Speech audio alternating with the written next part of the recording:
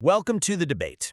In the sweltering summer of 1947, a British lawyer named Sir Cyril Radcliffe was placed in a room with a pencil and, well, a stack of pretty outdated census maps. Maps of a place he had never even been to, actually. Exactly. He had never been east of Paris. He knew absolutely nothing of the monsoons, the topography, or, the thousands of years of interwoven civilization he was about to just completely alter. Yet he was given 5 weeks to draw a line that would slice the South Asian subcontinent in half. 5 weeks to carve up an entire region. It's wild. It really is. And for the university students joining us today who are studying modern South Asian history, you obviously know the result of that pencil stroke. When you look at a contemporary political map of the region, you see this highly fractured mosaic of sovereign, heavily militarized, and sometimes warring states. Yeah, a geography defined by razor wire and border checkpoints, basically. Right, which stands in this profound contrast to the historical concept of Akhand Bharat, or undivided India. Because before these borders were drawn, we are talking about a vast, contiguous landmass, one stretching from the peaks of the Himalayas all the way down to the Indian Ocean. Nourished by these massive interconnected arteries, right? Like the Indus, the Ganges, and the Brahmaputra rivers. Precisely. But today, that once unified geographical and cultural imagination is entirely shattered. So our core debate today is about the primary causality of that fracture. Like, what actually broke it apart? Was the fragmentation of this massive region the result of calculated colonial policies? The deliberate divide and rule tactics of British administrators? Or on the other hand, was it driven by internal political tensions? Things like profound linguistic divides and local nationalisms that just proved impossible to contain within a single state. Right. It really is a defining question of the region's modern political architecture. Like, are the borders fundamentally a colonial imposition, or are they the physical manifestation of deep pre-existing social fault lines? Well, I will establish my stance clearly right off the bat. British imperial strategy deliberately, methodically, and surgically fractured the region for its own survival. Surgically? Yes. But I look at the colonial administration as a kind of blindfolded surgeon. These administrators sliced through the subcontinent with map lines based entirely on administrative convenience and imperial defense. They acted as a surgeon, severing vital cultural arteries without any real understanding of the complex anatomy of the region they were operating on. The fragmentation was an orchestrated survival mechanism for the empire. See, you paint this picture of a monolithic, organically unified subcontinent that was artificially dismantled by men in London. And I think that framework grants the British far too much credit and affords local actors way too little agency. How so? Well, while it is undeniable that colonial powers held the pen that drew the physical lines on the maps, the deep-seated internal tensions from irreconcilable religious ideologies to fierce linguistic identities, those were the true seismic forces that shattered the region. It was internal fault lines championed by local populations and independence leaders that really dictated the ultimate political geography of South Asia. Okay, but let me outline my case for colonial orchestration by looking at the empire's strategic imperatives. Because they didn't just stumble into dividing this region, they engineered it, specifically to create strategic buffers. You're talking about the Great Game, I assume. Exactly, the western frontier in the 19th century. Victorian Britain was terrified of Tsarist Russia expanding southward through Central Asia and threatening their crown jewel, India. Right. And Afghanistan had historically been an integral part of the regional fabric, heavily interconnected with the subcontinent from the Mauryan Empire all the way to the Mughals. But the British needed a physical barrier to absorb any Russian shock. So in November 1893, British Foreign Secretary Sir Mortimer Durrant basically pressured the Afghan emir into signing a treaty. Establishing the Durand Line. Yes, and this wasn't some natural geographic or cultural boundary. It was a line drawn purely for imperial defense that mercilessly cut right through the heart of Pashtun territories. It separated clans, split grazing lands, and literally placed half of a community in Afghanistan and the other half in what is today Pakistan. And you argue we see that same methodology applied elsewhere? Oh, absolutely. We see the exact same calculated severing on the eastern flank with Burma. The British fought 3 brutal Anglo-Burmese wars, and by 1886, they incorporate Burma as a province of India, ruling it directly from Calcutta. But then, half a century later, they deliberately reversed that integration. Because of the nationalist movements. Right. By the 1930s, the Indian National Congress was gaining massive momentum. The British realized that if the Indian anti-colonial struggle united with Burmese nationalist movements, the empire would face this unstoppable pan-Asian front. So they used the 1935 Government of India Act, which took effect in 1937, to surgically detach Burma from India, placing it under separate direct rule from London. They amputated the eastern and western flanks of Akhand Bharat purely to mitigate threats to their own hegemonic power. Okay, but the problem with the buffer state argument is that it treats local populations as this passive terrain just waiting to be partitioned. It ignores the irreconcilable internal differences that were driving the creation of distinct states from the ground up. I wouldn't call them passive, but Let's examine the most monumental fragmentation of all right? The 1947 partition. The British did not invent the demand for separation out of thin air. Muhammad Ali Jinnah and the Muslim League actively conceptualized and forcefully advocated for the two-nation theory. yes, but that theory, This was a deeply rooted ideological movement arguing that Hindus and Muslims were not just different religious communities, but fundamentally distinct nations, with differing social customs, literature, epic traditions. For Jinnah, forcing these two nations into a single, centralized democratic state where Muslims would always be a permanent electoral minority, that was an existential threat. right. So that demand for a sovereign Muslim state was a profound internal dynamic. It wasn't just a British invention. Okay, but wait, you can't just separate the two-nation theory from the colonial pressure cooker that actually incubated it. I mean, the British divide and rule policy deliberately amplified those local religious distinctions until they reached a boiling point. Look at the mechanisms they used, specifically the advent of the British census starting in the late 19th century, particularly the 1881 census. The census is a vital piece of this. Yeah, but it requires careful interpretation. But the mechanism is so clear. Before the British census, identities in the subcontinent were fluid, overlapping, and highly localized. You know, a person might identify by their village, their caste, their linguistic group, maybe their guild. But the British administrative apparatus demanded rigid categorization. They needed to quantify the population, sure. But they mandated that every single subject be counted primarily by their religion. And then they institutionalized this further with separate electorates, meaning Muslims could only vote for Muslim candidates and Hindus for Hindu candidates. They effectively force South Asians to view themselves primarily through a rigid, antagonistic religious lens, rather than a shared regional identity. They built the ideological walls long before they drew the physical borders. Well, the colonial administration certainly codified those identities into their bureaucratic apparatus, I'll give you that. But the friction wasn't just conjured from a census form. It certainly exacerbated it. Long before the pressure cooker of the 1940s, and long before the 1881 census, we see local powers fiercely resisting integration into a centralized Indian state. Look at the Himalayan kingdoms. Okay. The Gurkha rulers of Nepal did not view themselves as part of an undivided Indian political mass. They fought the British to a standstill in the Anglo-Nepalese War, which culminated in the Treaty of Sugauli in 1816. The specific mechanical purpose of that treaty for the Nepalese was to secure their borders and avoid direct British rule, maintaining a sovereign identity. Right, they wanted autonomy. Exactly. And similarly, the rulers of Bhutan, through the Treaty of Senchula in 1865, actively fought to keep their valleys politically distinct.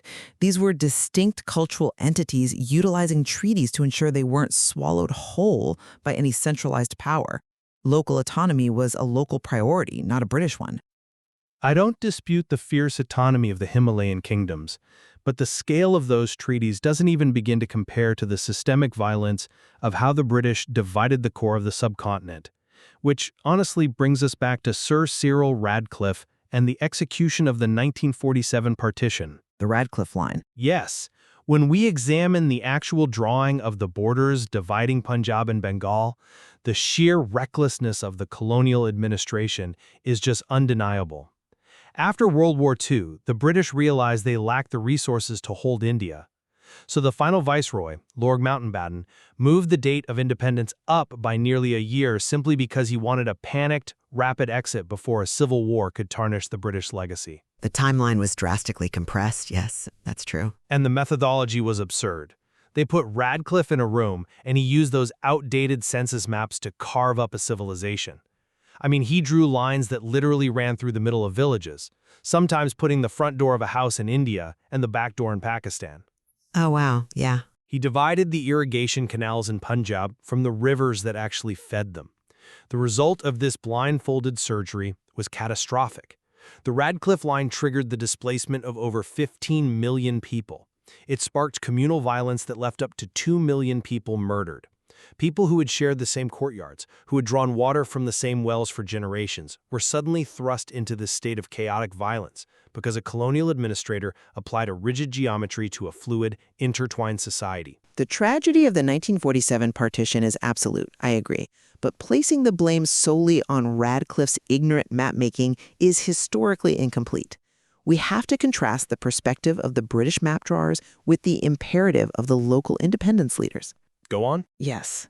For Mountbatten, rushing the lines was a desperate administrative exit strategy. But for local independence leaders, particularly the Muslim League, securing a designated sovereign territory was the ultimate existential priority. Even knowing it would trigger mass displacement? Yes, the local leaders accepted those highly flawed, rushed lines because the internal demand for sovereignty had reached an absolute fever pitch. I mean, Radcliffe didn't create the communal violence in the streets of Calcutta or Lahore. That violence was the terrifying realization of internal societal fractures that local leaders had been mobilizing for years. The demand for Pakistan was a deeply rooted internal political objective. The British provided a poorly drawn map, sure, but the internal political environment provided the sectarian violence that enforced it. Well, if the 1947 borders were truly the organic realization of internal local desires, as you suggest, they should have ushered in an era of stability, shouldn't they? If religion was the organic unifying force that shattered Akhand Bharat, then Pakistan should have functioned perfectly. To test your theory, we really have to look at the post-colonial era. Did the fragmentation stop when the British sailed away? The post-colonial era is precisely where the internal tensions theory finds its ultimate proof, actually, particularly when you look at the 1971 crisis and the birth of Bangladesh. If we want to understand the limits of the colonial explanation, we have to look at what happens when the British are entirely out of the picture. Let's look at it then. In 1947, Pakistan was created based on the shared religious nationalism of its Muslim majority. But structurally, it was a geographic absurdity. You had West Pakistan and East Pakistan separated by 1,000 miles of sovereign, hostile Indian territory. Which makes it an incredible case study for what holds a nation together. Exactly, and what tears it apart, because the internal tensions proved vastly stronger than their shared religion. Almost immediately, the Urdu-speaking political and military elites in West Pakistan began systematically marginalizing the Bengali population of East Pakistan. The mechanics of this were both economic and cultural. Right, the economic drain. The government attempted to impose Urdu as the sole state language, actively suppressing the Bengali language and culture. So the 1952 Bengali language movement was the first major fracture there. Exactly. And this internal friction escalated entirely independently of any British administrator. It culminated in Sheikh Mujibur Rahman's movement for Bengali autonomy. In response, on March 25, 1971, the Pakistani military launched Operation Searchlight. This was a calculated military operation targeting Dhaka University, Bengali intellectuals, students, dissident military personnel. The systematic violence unleashed against the Bengali population triggered a horrific humanitarian crisis, forcing millions of refugees across the border into India. Which obviously altered the geopolitical calculus for New Delhi. It did. It forced Prime Minister Indira Gandhi to intervene militarily. The Indian armed forces supported the Bengali Mukti Bahini guerrillas, leading to the two-front Indo-Pakistani War of 1971. And then, on December 16, 1971, the Pakistani military surrendered in Dhaka, and Bangladesh was established as a sovereign nation. Right. This proves the core thesis. In 1947, a state was formed based on religious division. In 1971, that exact same state was violently shattered by cultural, linguistic, and economic oppression. Internal fault lines shatter nations independently of colonial masters. The British did not cause the 1971 war. Internal South Asian dynamics did. That is an intricate mechanical reading of the 1970 war, I'll admit, but there is a massive structural flaw in your conclusion. You argue 1971 was an internal failure, but consider the foundation of the state itself. The 1947 creation of Pakistan was like forcing two entirely separate families, speaking different languages, to live in a single house built on two separate continents. The architects of that house were colonial administrators who believed religion was the only metric that mattered. But the occupants of the house are the ones who turned violent. Because the blueprint guaranteed it. The 1971 collapse wasn't a new, isolated fragmentation driven solely by local Bengali culture. It was the inevitable structural failure of a fundamentally flawed blueprint drawn by colonial architects. When a blindfolded surgeon stitches two disparate bodies together based on a single narrow criteria like religion, while ignoring 1,000 miles of geography and entirely different linguistic histories, conflict is structurally guaranteed. East and West Pakistan were destined to fracture because the initial colonial division just completely ignored the complex realities of the region. The blueprint was deeply awkward, yes, but attributing the violence of 1971 to a colonial blueprint basically denies the agency of the West Pakistani leadership. No British administrator forced the military establishment in Islamabad to economically drain Dhaka.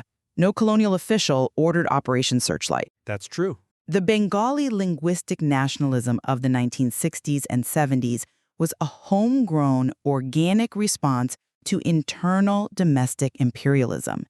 It was South Asians oppressing South Asians, and South Asians fighting for their own liberation. Well, you bring up the Bengali language as the wedge that shattered Pakistan in 1971, but there is an incredible paradox there, because that exact same linguistic identity, the poetry of Tagore, the shared culinary traditions, the Bengali script, is the cultural bedrock that currently connects sovereign Bangladesh with the Indian state of West Bengal. Right. It really highlights a reality beneath all the political divisions we've been debating. Despite borders drawn by imperial defense or religious nationalism, the underlying cultural heritage of the subcontinent possesses a remarkable resilience. It is the great paradox of South Asia. We look at the contemporary map, India, Pakistan, Bangladesh, Nepal, Bhutan, Myanmar, and we see lines heavily guarded by militaries. We see border disputes in Kashmir and along the Himalayas. But beneath those rigid political categories, the cultural geography forcefully resists fragmentation. Yeah, when you examine the primary texts and cultural artifacts, you see a continuity that political lines simply can't erase. Like, the overlapping traditions of Hindustani classical music are practiced passionately in both Lahore and Delhi. The architectural heritage of the Mughal period defines skylines across multiple sovereign borders. The cultural arteries that the British surgeon attempted to sever have, over the decades, found ways to bypass those political ligatures. Which serves as a powerful reminder of how we categorize identity. The 1947 partition was driven violently along religious lines, but the 1971 fragmentation was driven by language and culture. What that demonstrates is that cultural roots, the language you speak in your home, the clothes you wear, the food you eat, those often overpower artificial political configurations. A line on a map drawn by Cyril Radcliffe can dictate where a government collects taxes or stations troops, but it cannot dictate the shared historical memory of the people. Beautifully put. The political borders are relatively new, but the cultural synthesis of the subcontinent is thousands of years old. States can be fractured by treaties and armies, but civilizations are profoundly difficult to break. Which brings us to the conclusion of our debate today. When we trace the long arc of fragmentation across the South Asian subcontinent, my position remains that the primary architecture of division was overwhelmingly a product of imperial defense and colonial mismanagement. From the strategic carving of the Durrant Line to create a buffer against Russian expansion, to the deliberate amputation of Burma in 1937 to prevent unified anti-colonial front, right down to the brutal, rushed geometry of the Radcliffe Line. The British Empire viewed Akhand Bharat not as a cohesive, ancient civilization, but as a territory to be managed, divided, and ultimately exploited for their own geopolitical survival. And my perspective maintains that while the borders we see today are the visible, physical scars of colonialism, the driving forces of the fragmentation were fundamentally internal and local. We see this in the fierce negotiations of the Gurkha rulers in the 1816 Treaty of Sugauli, ensuring their autonomy from the plains. We see it in the profound internal religious divides that propelled Muhammad Ali Jinnah's two-nation theory. And we see it undeniably in the 1971 liberation of Bangladesh, where internal cultural, linguistic, and economic oppression literally tore a nation apart. The fault lines of religion and language were already deep in the earth. Colonialism merely applied the geopolitical pressure that caused the earthquake. Yet, amidst our disagreement on the primary catalyst for this fragmentation, we arrive at a profound point of convergence.